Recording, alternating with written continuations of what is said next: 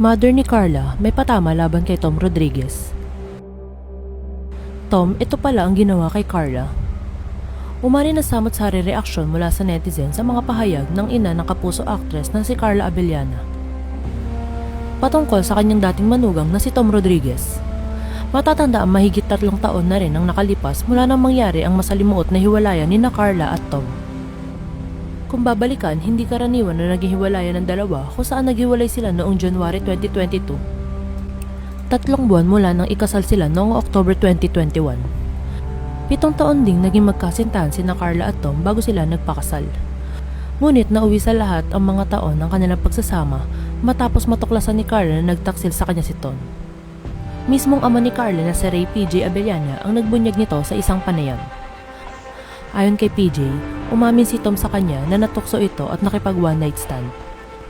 Hindi raw magawang patawarin ni Carla si Tom kaya siya nakipaghiwalay. Sa latest interview naman ni Carla kay Julius Babaw sa Unplugged vlog nito sa YouTube, kasama niya ang kanyang ina na si Ginang Rhea Reyes na anak ng yumaong veteran actress na si Delia Razon. Sa kanilang panayam, inamin ni Ginang Reyes na nakaka-relate siya sa dating actress na si Marjorie Barreto sa pinagdadaanan nitong problema sa dating mister nito na si Dennis Padilla. Gaya ng mga anak ni Marjorie, hindi rin umano close si Carla sa kanyang ama.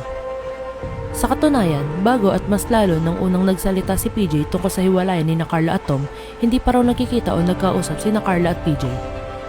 Isiniwalat naman ni Ginang Reyes na pinagdaanan din niya ang pinagdaanan ni Marjorie. Aniya, I understand her completely.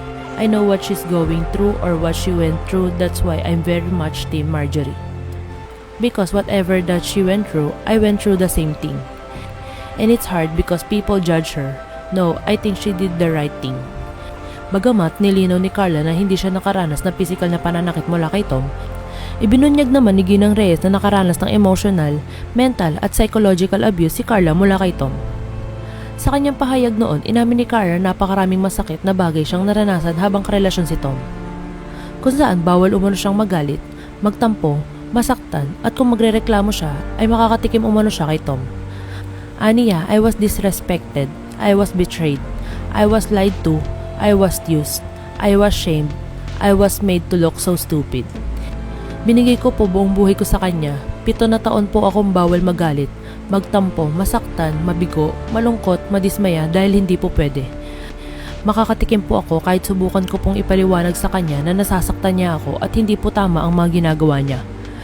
Sa ngayon si Tom ay meron ng anak at bagong karelasyon habang si Carla ay nananatiling single at patuloy na naghihilo mula sa masakit na pinagdaanan niya kay Tom.